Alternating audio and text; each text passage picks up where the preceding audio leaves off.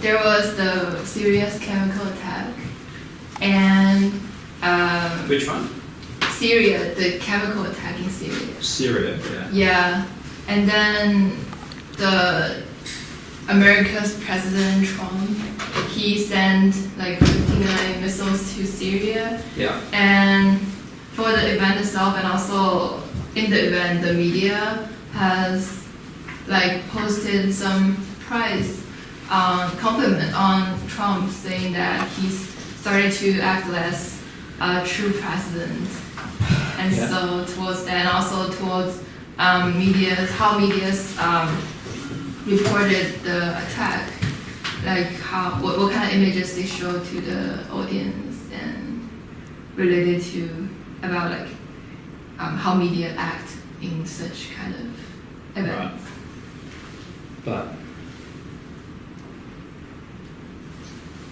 so what's your question?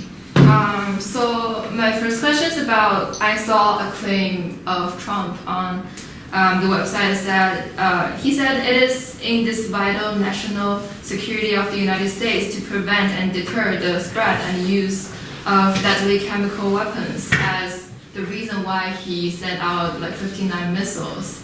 I want to ask if you think this is the real reason why he launched the missiles, and if not, what might be the reasons that motivated him to send the missile attack? Well, I don't know, I'm not a politician. I'm not a military strategist. So I'm just a journalist, I'm a news person, so my job is to try to understand what is the motivation. So we ask experts to tell us, why did he do this? Because this wouldn't necessarily have been the response that Mr. Obama did, right? So it's a more emphatic and a more obvious response, a tough guy response, yeah? So this is perhaps more representative of his character, Mr. Trump's character, so that's good. So he's being himself, he's being firm in what he's doing, and he's taking decisive action, which some people would say Mr. Obama wouldn't have done, and Mr. Obama might have tried to negotiate. So what's happening here is that the media who's been critical of Trump in the beginning of his presidency is saying, okay, here's something that we can actually talk about, here's something positive, here's something tangible that we can talk about, rather than him accusing everyone of fake news, blah, blah, blah, blah, blah, because he didn't agree with the news that was being reported. So everyone said, well, he's done this in Syria, we can understand that, that's tangible news that we can write about, and it's not political necessarily.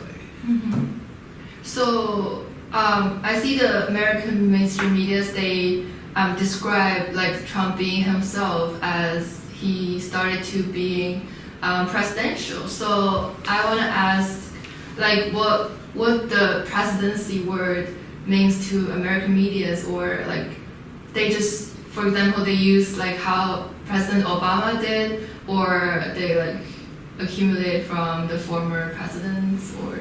Well, I think all they've got to refer to here in terms of Mr. Trump is that he is a very different character and has a different approach to doing business from the White House compared to other presidents, right? So other presidents have more experience in government, more experience in international relations, more experience dealing with people, so they ameliorate or hedge their bets as to how they operate, and they try to get a consensus of support or approval for a particular course of action.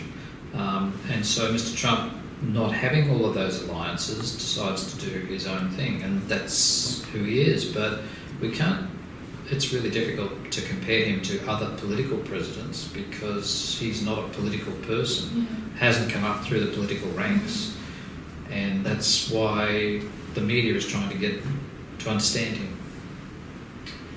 Okay, thank you. So regarding this event, I also saw accusations for media that, so we watched a program called The Listening Post from Al Jazeera, And in the video, some expert, they said like the media don't really care about who died in the attack. They only care like how they died. Also, for like former news, the media don't really report those attacks in Syria. Only when the attack is like as crucial or as breaking as the chemical attack. Do you think such accusation makes sense, or do you think like the media reason why media don't bother to report like news in some special areas like Syria is because they don't want to spend a lot of money, or they don't want to like solve those complex problems? Well, it's difficult for, I mean, we're talking about the Western media, and we're talking about the Western media that's got a Western audience.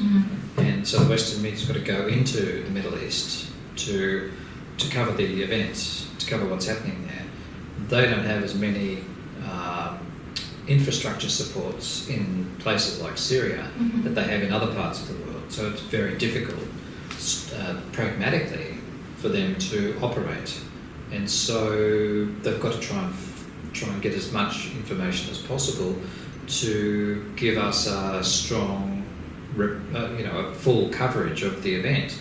Now, I think that, while what happens in Syria is impacting has the potential to impact around the rest of the world, a lot of your average people don't care about what happens in Syria or who gets killed in Syria, as long as it doesn't affect their own lives.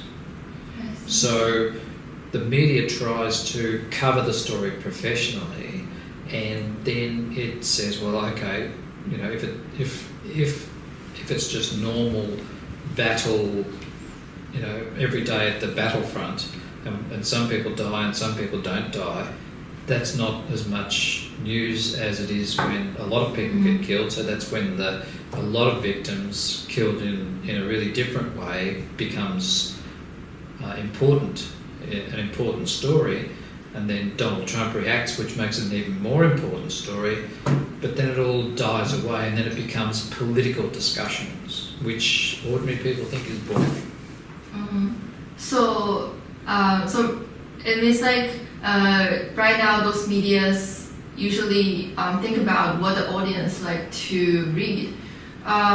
Is that come out of like so that the reason that the audience will buy their newspaper or like use their apps or something related to finance or like such benefits? Well, is that the case?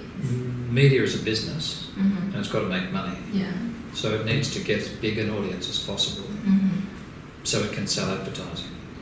It's a business. It's got to stay in business. So we have journalists and news producers who understand what an audience is looking for. Yeah. So we give the audience what they want. So it helps us to get more advertising or sell more product. It actually relates to my another question. So, yeah. What if there's some news that is valuable but probably some political, arguments or something which audience might not be so interested, but it worth reporting? Like how the media's balance between the audience's favorite news with their like professional news or from their professional experience. So you're saying, well, can journalists produce and publish information that the audience isn't interested in, but they publish it for another reason? Yeah, probably it's valuable in some other way. Like it enhances their importance, or like they're doing a favourite thing for someone. Like in the chemical attack, I also saw from the video that they said there are some furthermore crucial or far more just bloody scenes and stories in the chemical attack that the audience might not want to watch in the news, or like when they're eating they don't want to read such news, but it is the truth. Yeah. However, those medias didn't report that because the audience don't want it, but it's actually part of the news. So how they choose? Well, we've got to be sensitive to what people are prepared to watch. and people prepared to allow into their living room while they're having dinner. People, if it's a hard day at work and they're all stressed out, do they want to watch people being killed on TV in front of them? Yeah. You know, yeah, so definitely. it's a matter of we've got to be sensitive to the audience. Now, not all television news outlets carried film of those people having their head chopped off, right? Because no one wants to see that.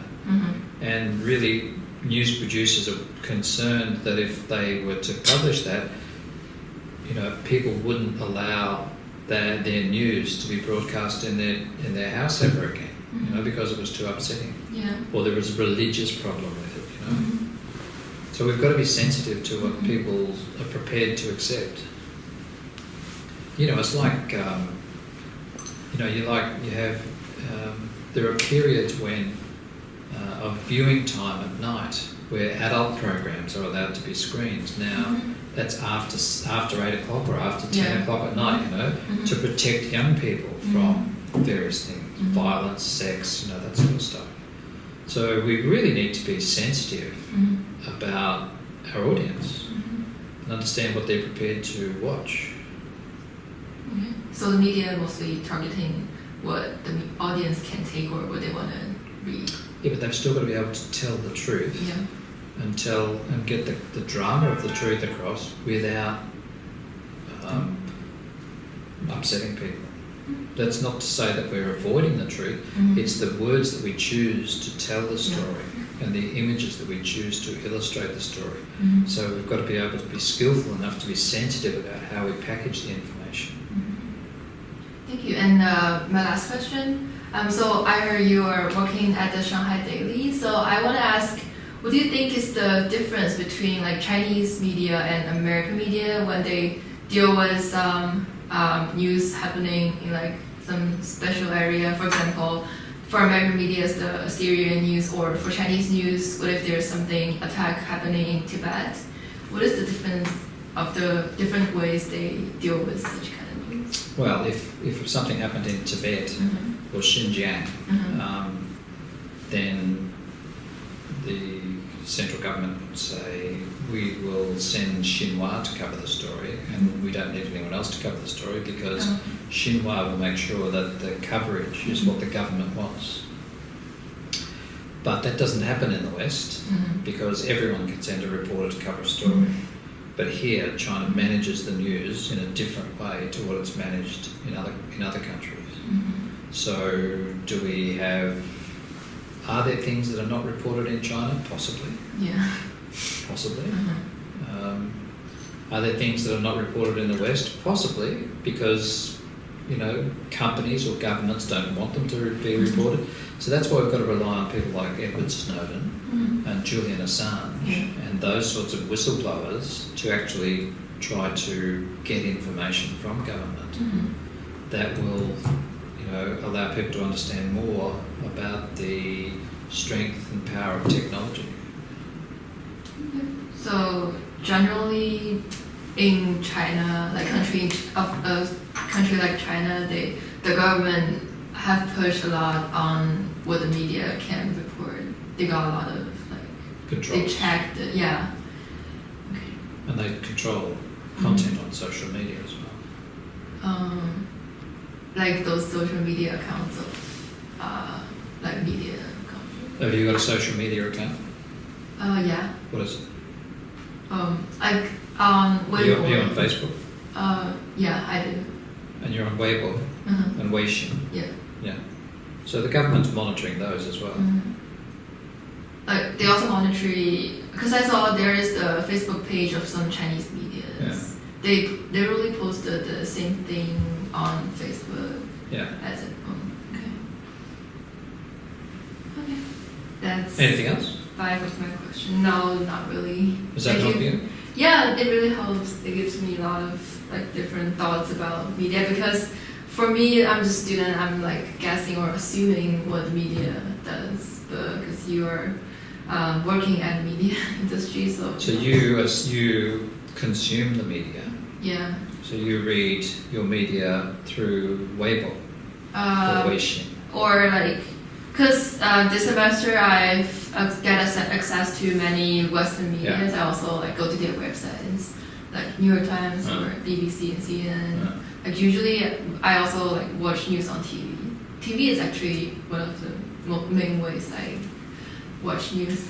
But you can get TV on this. Yeah. Right now it's like really convenient. Very convenient. Yeah. Social media is actually another, I think it's a really new area of the media industry, and it is. We discussed also about like fake news on social media. It spreads so fast and nobody is taking responsibility for that. Yeah. But yeah, for the final interview, I think I'm gonna just ask these questions.